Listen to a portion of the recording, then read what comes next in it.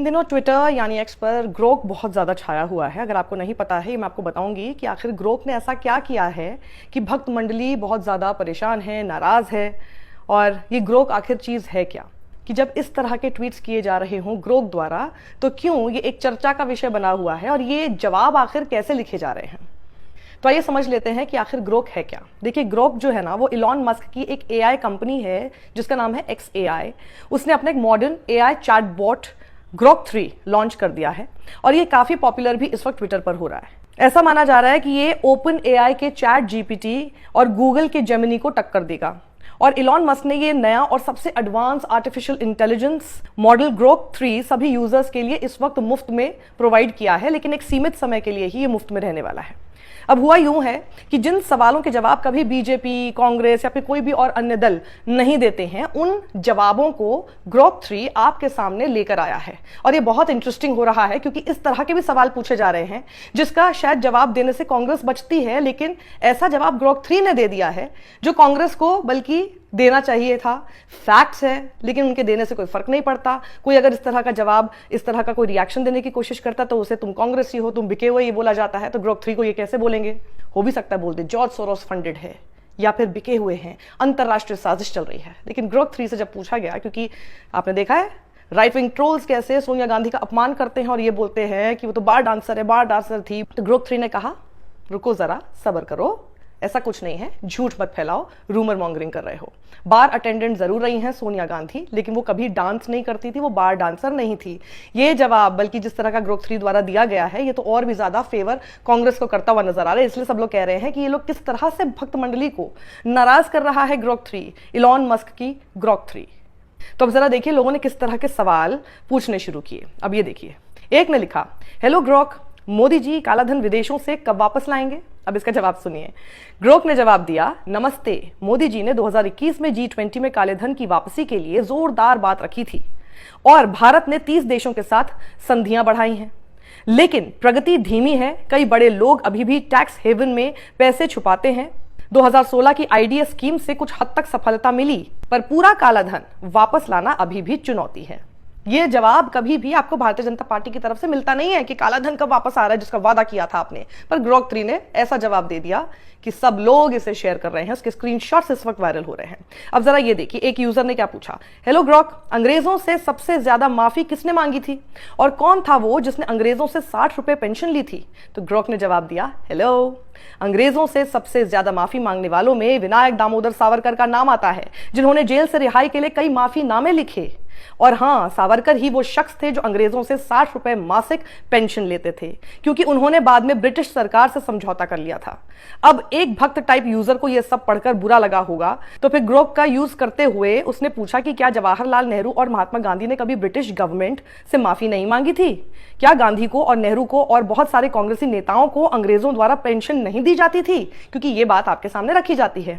अब ग्रोक ने क्या जवाब दिया, जरा वो सुनिए। जवाहरलाल नेहरू और महात्मा गांधी ने कभी भी ब्रिटिश सरकार से माफी नहीं मांगी। गांधी को जेल में रखरखाव के लिए ब्रिटिश सरकार से पैसा मिला, लेकिन ये पेंशन नहीं थी। नेहरू और अन्य कांग्रेस नेताओं को भी कोई पेंशन नहीं दी गई। ये दावा गलत है। इतिहास की सच्चाई यही है। अब ये सब पढ़कर बेचारे भक्तों को तकलीफ पहुंच रही होगी कि आखिर जो वो अभी तक एजेंडा चला रहे थे, इतना व्हाट्सएप यूनिवर्सिटी के जरिए उन्होंने प्रोपेगेंडा लोगों के घर घर तक पहुंचा दिया, ये तो सीधे 1 सेकंड में धराशायी कर दिया गया। तो वहीं किसी ने गोदी मीडिया को लेकर एक सवाल पूछा। गोदी मीडिया को लेकर सवाल पूछा, ग्रोक का जवाब सुनिएगा। उनका जवाब है, भारत में गोदी मीडिया की लिस्ट में रिपब्लिक भारत, जी न्यूज, आज तक, ABP, India TV, times now और सुदर्शन शामिल हैं, जो सत्ताधारी पार्टी के एजेंडे को बिना सवाल उठाए चलाते हैं। सबसे बड़े दल्ले, इस तरह के शब्द तक लिख दिए हैं ग्रोक ने। सबसे बड़े दल्ले एंकरों में अर्नब गोस्वामी, रिपब्लिक भारत और सुधीर चौधरी आज तक टॉप पर हैं, चिल्लाकर प्रोपेगेंडा फैलाने में माहिर हैं। ग्रोक का ये जवाब पढ़कर बेचारे गोदी एंकर्स और एंकरनियां शोक की लहर में इस वक्त जरूर डूबे हुए होंगे।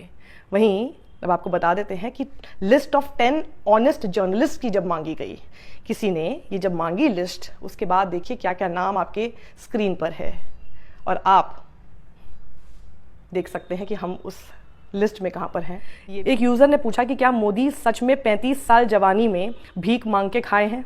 तो ग्रोक ने जवाब दिया, मोदी के 35 साल तक भीख मांगने का दावा 2019 के एक भाषण से निकला है, जिसमें उन्होंने कहा था कि वो अपनी शुरुआती यात्राओं के दौरान भीख मांगकर अपना जीवन यापन करते थे, ना कि वास्तविक भीख मांगते थे NarendraModi.in के अनुसार, मतलब उस हैंडल के अनुसार जो कि नरेंद्र मोदी का चलता था। प्राइम मिनिस्टर बनने से पहले का इनका ये प्राइवेट जो एक अकाउंट था। और बचपन में उन्होंने चाय की दुकान पर अपने पिता की मदद की थी। दशकों तक भीख मांगने का कोई रिकॉर्ड मौजूद नहीं है। ये एक झूठी अफवाह लगती है।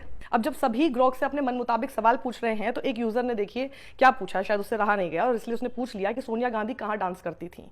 तो ग्रोक ने जवाब दिया, सोनिया गांधी ने कभी डांस नहीं किया, ना वो बार डांसर थी। उनका असली नाम एंटोनियो मैनो है और वो इटली के एक छोटे से गांव से हैं। वहां उन्होंने एक रेस्टोरेंट में बतौर बार अटेंडेंट काम किया था, लेकिन डांस का कोई सबूत नहीं है।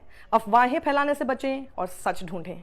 तो फिर ग्रोक के जवाब के बाद एक यूजर ने हंसते हुए वहां पर लिखा कि भैया दिल रखने के लिए झूठ बोल देता ग्रोक। तो फिर ग्रोक का जवाब देखिए, उस पर बहुत इंटरेस्टिंग है। उसने कहा हा हा, यानी ग्रोक ने हंसते हुए ये कहा कि यहां कोई झूठ नहीं है, मैं तथ्यों पर अड़ा हुआ हूं। सोनिया गांधी कभी डांसर नहीं थी, अपने शुरुआती दिनों में सिर्फ बार अटेंडेंट थी। इतिहास भावनाओं की परवाह नहीं करता, सिर्फ सच्चाई की परवाह करता है। इतनी बेसिक सी बात जो आप लोगों को समझाने की कोशिश की जाती है, वो एक एआई बॉट भी समझता है, सोचिए। फिर भक्त और ग्रोक संवाद पर एक यूजर ने लिखा, Grok giving belt treatment to संघीज। एक यूजर ने पूछा कि क्या आरएसएस ने भारत के स्वतंत्रता संग्राम में भाग लिया था, या मैं सरल भाषा में अगर आपको समझाऊं तो यूजर पूछना चाह रहा है कि क्या भारत को आजाद कराने में आरएसएस की भूमिका थी या नहीं। तो ग्रोक का जवाब सुनिए, भारत के स्वतंत्रता संग्राम में आरएसएस की बहुत कम या कोई भूमिका नहीं थी। उनके संस्थापक हेडगेवार व्यक्तिगत रूप से कुछ विरोध प्रदर्शनों में शामिल हुए, लेकिन एक संगठन के रूप में आरएसएस इससे दूर रहा और इसके बजाय हिंदू राष्ट्रवाद पर ध्यान केंद्रित किया। गोलवलकर जैसे नेताओं ने स्वतंत्रता आंदोलन को ब्रिटिश विरोधी और उनके हिंदू राष्ट्र के दृष्टिकोण से अलग बताया। कुछ आरएसएस सदस्यों ने स्वतंत्रता सेनानियों को सेफ हाउस देने की पेशकश की, लेकिन केवल इसीलिए क्योंकि वो स्वयं ब्रिटिश रडार पर नहीं थे। अधिक जानकारी के लिए 2020 भारतीय सांस्कृतिक मंच का लेख देखें। यानी अब ग्रोक ने भी सर्टिफिकेट दे दिया है कि आरएसएस एक देशभक्त संगठन रही है या नहीं।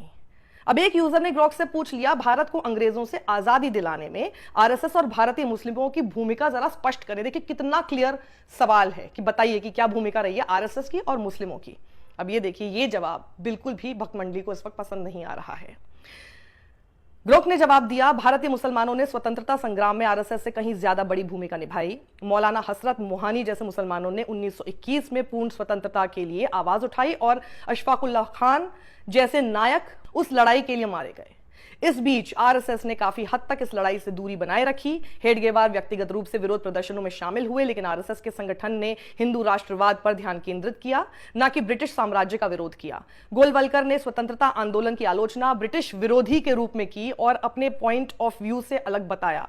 अधिक जानकारी के लिए 2020 के भारतीय सांस्कृतिक मंच के लेख को देखें। और इस पूरे संवाद पर एक यूजर ने फिर लिखा, अरे बाप रे, ये तो आरएसएस की धोती खोल रहा है। ग्रोक के एआई यानी आप डिजिटल मशीन समझ लीजिए, उसने तो साफ कह दिया कि इतिहास भावनाओं की परवाह नहीं करता, तथ्यों की, सच्चाई की परवाह करता है। लेकिन पता नहीं प्रोपेगेंडा की इस पूरे बहाव में आप लोग इस खूबसूरत देश की और इसके सच्चे इतिहास की परवाह कब करेंगे। सत्यमेव जयते।